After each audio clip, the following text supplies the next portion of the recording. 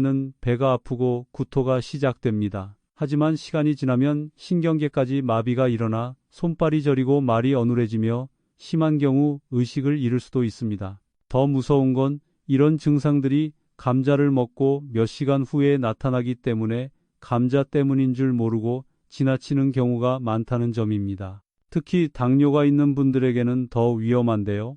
당뇨로 신경이 이미 약해진 상태에서 솔라닌까지 더해지면 회복이 매우 어려워질 수 있습니다. 그렇다고 감자를 아예 드시지 말라는 것은 아닙니다. 감자는 칼륨이 풍부하고 식이섬유도 많아 좋은 음식입니다.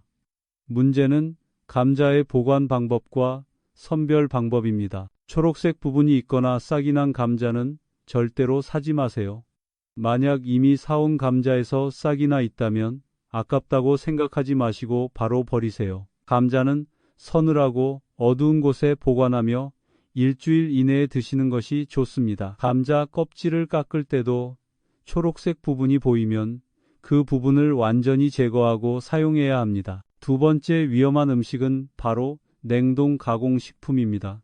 특히 저칼로리 도시락이나 냉동 야채볶음 같은 냉동식품들이 정말 위험합니다. 왜냐하면 이런 제품들이 칼로리는 낮지만 나트륨 함량은 엄청나게 높기 때문입니다. 대부분의 냉동 가공식품에는 하루 권장량의 2배에서 3배나 되는 나트륨이 들어 있습니다. 그런데 나이가 들면 짠맛을 인식하는 능력이 떨어지기 때문에 어르신들은 과도한 나트륨을 섭취하고 있다는 사실을 모르고 계속 먹게 되는 것입니다. 나트륨이 과도하게 들어가면 혈관에 쌓여서 혈압을 올리게 됩니다. 또한 나이가 들면서 신장 기능도 떨어지는데 이때 과도한 나트륨이 들어오면 신장이 이를 제대로 배출하지 못하게 됩니다. 결국 몸이 부풀어 오르고 심장에도 부담이 가게 되죠. 특히 고혈압이나 당뇨가 있으신 분들에게는 치명적입니다. 그래서 냉동 가공식품을 완전히 끊기 어렵다면 나트륨 함량이 500mg 이하인 제품을 선택하시고 저염 제품을 고르는 것이 좋습니다. 하지만 저염이라고 해서 반드시 나트륨이 적은 것은 아니므로 성분표를 반드시 확인해야 합니다. 냉동식품을 대체하려면 주말에 미리 식사를 준비해 소분해두고 냉동 보관하는 방법이 있습니다. 직접 만든 음식을 드시는 것이 가장 좋습니다. 냉동식품을 먹는 대신 많은 나트륨을 배출하는 바나나와 토마토 같은 칼륨이 풍부한 음식을 드시고 물도 많이 마셔서 나트륨을 배출하는 데 도움이 되도록 하세요. 세 번째 위험한 음식은 바로 생마늘입니다.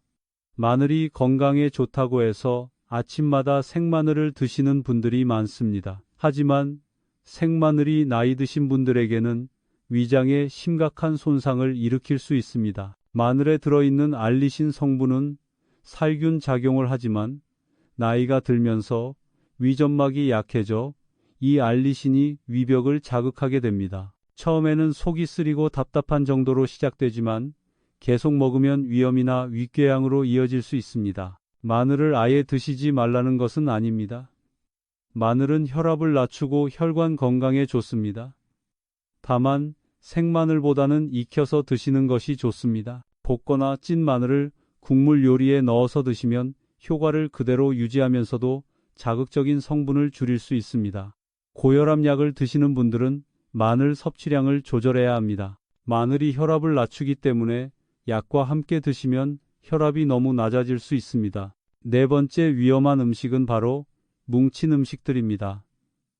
떡, 빵, 면류 등이 이에 해당됩니다. 나이가 들면 침분 비량이 급격히 줄어들어 이런 음식들이 소화되지 않고 덩어리로 위에 남게 됩니다. 그 결과 체할 수 있고 계속 체하게 되면 위장이 약해지면서 위액 분비도 줄어듭니다. 떡은 특히 조심해야 하며 면은 부드럽게 끓여서 국물과 함께 드세요. 빵도 부드러운 것을 선택하고 적당한 양만 드세요. 음식 후에는 바로 일어나지 말고 30분 정도 앉아 계세요. 이번에는 건강을 위한 식습관 변화에 대해 조금 더 깊이 들어가겠습니다. 앞서 말씀드린 5가지 위험한 음식을 피하는 것만으로도 큰 변화를 경험할 수 있습니다. 하지만 그보다 중요한 건 어떤 음식을 어떻게 섭취할 것인지에 대한 식사 패턴을 바꾸는 것입니다. 나이가 들수록 신체는 과거와는 다르게 반응하기 때문에 잘못된 식습관이 쌓이면 결과적으로 건강에 치명적인 영향을 미칠 수 있습니다. 이는 특히 소화 시스템과 관련이 깊습니다. 몸의 소화 시스템이 느려지면서 이전에 괜찮았던 음식들도 더 이상 적절하게 소화되지 않거나 흡수되지 않을 수 있기 때문입니다. 따라서 음식의 선택뿐만 아니라 그 음식을 어떻게 먹느냐가 중요합니다. 예를 들어 우리가 식사를 할 때 너무 많은 양을 한꺼번에 먹지 않도록 하는 것이 중요합니다. 특히 나이가 들어가면서 소화 능력이 저하되기 때문에 한 끼에 많은 양을 섭취하면 소화가 제대로 이루어지지 않습니다. 따라서 식사는 적당히 나누어 자주 먹는 것이 좋습니다. 작은 식사를 여러 번 하는 것이 장기적으로 건강에 좋고 소화 시스템에 부담을 주지 않게 됩니다. 또한 식사 시간도 매우 중요합니다. 제가 추천하는 식사 패턴 중 하나는 저녁을 늦게 먹지 않는 것입니다.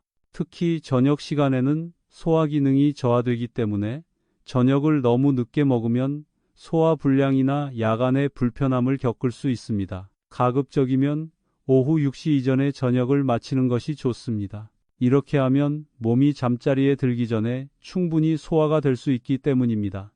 또한 저녁 식사 후에는 3시간 정도의 여유를 두고 자는 것이 건강에 더욱 좋습니다. 특히 늦은 저녁을 먹고 바로 자면 소화가 원활하지 않아서 체중 증가나 소화 불량 등이 발생할 수 있습니다. 그리고 물 섭취 역시 중요한 부분입니다. 많은 어르신들이 하루에 충분히 물을 마시지 않으시는데 이는 신장에 큰 부담을 줄 수 있습니다. 특히 겨울철에는 물을 적게 마시는 경향이 있습니다. 하지만 물은 신체의 모든 기능 필수적이기 때문에 하루에 약 1.5리터의 물을 조금씩 자주 마시는 것이 좋습니다. 이렇게 하면 신장에 부담을 주지 않으며 몸속의 독소도 배출할 수 있습니다. 물론 한 번에 많은 양을 마시는 것보다는 조금씩 자주 마시는 것이 중요합니다. 그렇다면 이제 소화하기 쉬운 음식을 어떻게 선택할 것인가에 대해 이야기해 보겠습니다. 많은 사람들이 과일을 건강식으로 생각하고 자주 먹지만 나이가 들면 과일도 조심해야 합니다. 과일 중에서는 특히 소화가 잘 되는 것들이 있고 그렇지 않은 것들이 있습니다. 예를 들어 배나 사과 같은 과일은 섬유질이 풍부하고 소화가 잘 되는 과일로 신체에 부담을 주지 않으면서도 영양을 공급해 줄 수 있습니다. 반면 과일 중에서는 너무 단 과일이나 소화가 어려운 과일은 피하는 것이 좋습니다. 예를 들어 감귤류나 너무 단 사과 같은 과일은 당분이 많기 때문에 노년기에는 과일의 종류와 양을 조절하는 것이 중요합니다. 이제 건강한 노년을 위한 생활 패턴을 유지하는 방법에 대해 더 이야기해 보겠습니다. 우리가 나이가 들면서 중요한 점은 꾸준히 실천하는 것입니다. 처음에는 모든 것이 불편하고 어려울 수 있지만 일정한 식사 패턴과 생활 습관을 유지하는 것이 건강을 지키는 핵심입니다. 저는 항상 환자들에게 이렇게 말합니다. 건강을 유지하려면 몇 가지 기본적인 원칙을 지키는 것만으로도 충분하다.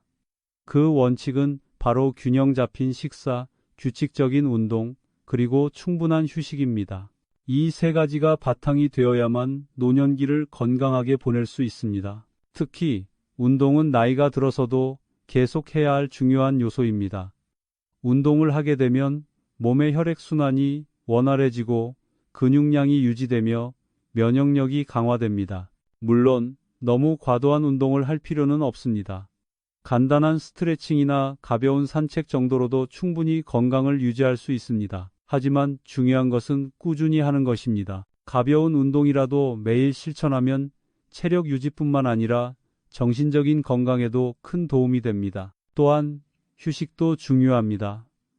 나이가 들수록 우리의 몸은 회복 속도가 더디기 때문에 충분한 수면과 휴식이 필요합니다. 수면을 충분히 취하지 않으면 면역력이 약해지고 신체가 피로를 누적시켜 결국 여러 건강 문제를 일으킬 수 있습니다. 따라서 매일 정해진 시간에 잠을 자고 수면을 충분히 취하는 것이 건강을 유지하는 중요한 습관입니다. 이와 함께 긍정적인 마음가짐을 유지하는 것도 중요합니다. 나이가 들수록 세상과의 소통을 줄이고 외로움을 느끼기 쉽습니다. 하지만 주변 사람들과의 소통을 계속 이어가고 긍정적인 마인드를 유지하는 것이 신체적, 정신적 건강에 모두 큰 도움이 됩니다. 또한 취미 생활을 가지거나 새로운 배움을 추구하는 것도 매우 중요합니다. 학습은 뇌를 자극하여 뇌의 건강을 유지하는 데 도움이 됩니다. 예를 들어 독서나 그림 그리기, 음악 듣기와 같은 취미는 나이가 들면서도 여전히 뇌를 활성화시킬 수 있는 좋은 방법입니다. 이제 마지막으로 여러분이 일상에서 쉽게 실천할 수 있는 몇 가지 팁을 드리고 싶습니다. 우선 식사를 할 때는 작은 접시를 사용하여 적당한 양을 섭취하는 습관을 들이세요. 이렇게 하면 과식할 위험을 줄일 수 있습니다. 또한 식사 후에는 바로 눕지 말고 잠시 앉아 있다가 소화가 어느 정도 진행된 후에 휴식을 취하세요. 마지막으로 가장 중요한 것은 건강한 식습관을 지속하는 것입니다. 하루하루의 작은 변화들이 모여서 결국 큰 변화를 가져오고 그 변화는 건강한 노년을 보내는데 큰 도움이 됩니다. 여러분, 건강한 삶을 위한 여정은 결코 멀지 않습니다.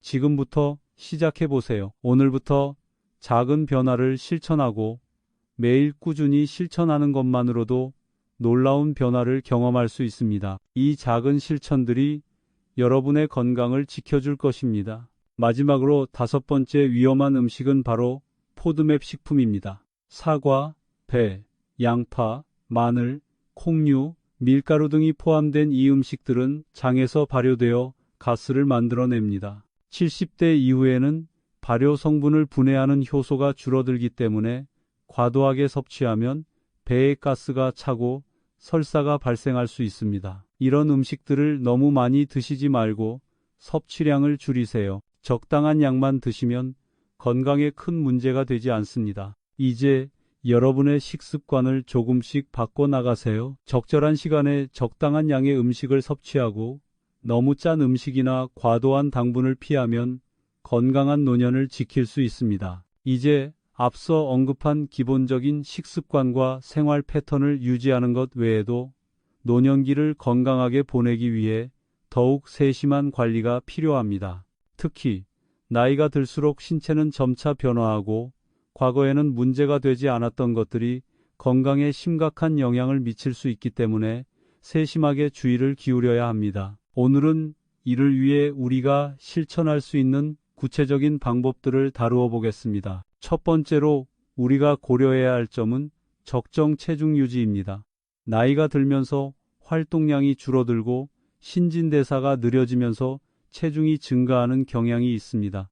이는 고혈압, 당뇨, 심장병과 같은 만성질환의 위험을 증가시키기 때문에 적정 체중을 유지하는 것이 매우 중요합니다. 체중을 과하게 줄이기보다는 건강한 체중을 유지하며 과도한 지방을 줄이는 것이 중요합니다. 이를 위해 하루에 필요한 칼로리를 적절히 섭취하면서 과식하거나 불필요한 당분을 피하는 것이 필요합니다. 두 번째로 영양의 균형을 맞추는 것이 필수적입니다. 나이가 들수록 소화 기능이 약해지고 영양소의 흡수율이 낮아집니다. 따라서 각종 영양소를 고루 섭취할 수 있도록 식단을 관리하는 것이 중요합니다. 특히 단백질, 비타민, 미네랄이 중요한데 이는 근육을 유지하고 뼈를 강화하는 데 도움이 되며 면역력도 높여줍니다. 단백질은 생선, 닭고기, 계란, 콩류 등에서 얻을 수 있으며 비타민은 다양한 채소와 과일을 통해 섭취할 수 있습니다. 또한 칼슘과 마그네슘이 풍부한 식품을 섭취하여 뼈 건강을 지키는 것도 중요합니다. 세 번째로는 정기적인 건강검진이 필요합니다. 나이가 들면서 자연스럽게 여러 질병의 위험에 노출되기 쉬운데 이를 조기에 발견하고 예방하기 위해서는 정기적인 검진이 중요합니다. 특히 고혈압, 당뇨병, 고지혈증, 심혈관 질환 등은 미리 조치를 취하지 않으면 합병증으로 이어질 수 있기 때문에 이러한 질병을 관리할 수 있도록 정기적으로 병원을 방문하여 검사를 받는 것이 중요합니다. 네 번째로 스트레스 관리 또한 매우 중요한 부분입니다. 나이가 들수록 스트레스는 몸에 더 큰 영향을 미칠 수 있습니다. 특히 만성적인 스트레스는 면역력을 약화시키고 소화 시스템에 악영향을 미치며 결국 신체의 여러 기능을 저하시킬 수 있습니다. 따라서 스트레스를 관리하기 위한 방법을 찾는 것이 중요합니다. 이를 위해 명상, 요가 혹은 단순히 자연 속을 산책하는 것과 같은 방법을 통해 정신적인 안정과 평온을 찾는 것이 좋습니다. 다섯 번째로 적절한 수면을 취하는 것입니다. 수면은 건강의 필수적인 요소로 나이가 들어감에 따라 수면의 질이 떨어질 수 있습니다. 이는 신체 회복을 방해하고 면역력도 약화시킬 수 있습니다. 충분한 수면을 취하기 위해서는 잠자기 전에 차분한 시간을 갖고 수면 환경을 최적화하는 것이 좋습니다.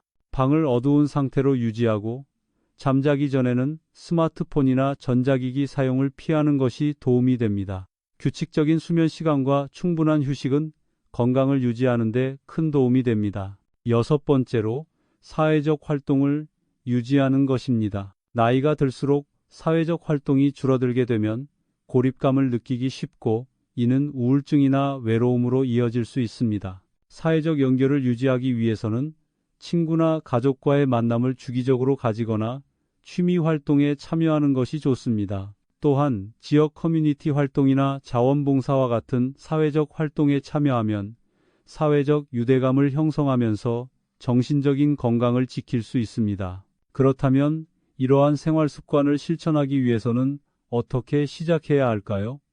첫 번째로 작은 변화부터 시작해 보세요. 아무리 좋은 계획이라도 한 번에 모든 것을 바꾸는 것은 어렵습니다. 그래서 하루에 하나씩 실천할 수 있는 목표를 설정하고 그 목표를 달성할 때마다 자신을 칭찬하며 긍정적인 강화작용을 만들어 주세요. 예를 들어 하루에 한 번 산책을 하러 결심했다면 그것을 꾸준히 실천하며 몸과 마음의 변화가 이루어지면 그때부터 더 많은 변화를 시도해 보세요. 또한 변화에 대한 목표를 구체적으로 설정하는 것도 중요합니다.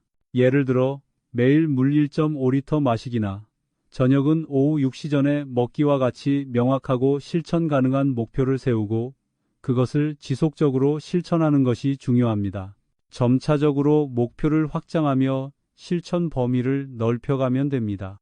그리고 중요한 점은 자기 자신을 믿고 지속적으로 실천하는 것입니다. 나이가 들면서 몸의 변화가 느껴지지만 변화의 두려움을 느끼기보다는 그것을 받아들이고 적응하려는 노력이 필요합니다. 또한 신체와 마음의 변화를 실감하면서도 그것에 좌절하지 않고 건강을 유지하기 위한 작은 실천을 꾸준히 이어가면 분명히 몸과 마음에 긍정적인 변화가 올 것입니다. 이제 여러분도 충분히 실천할 수 있습니다.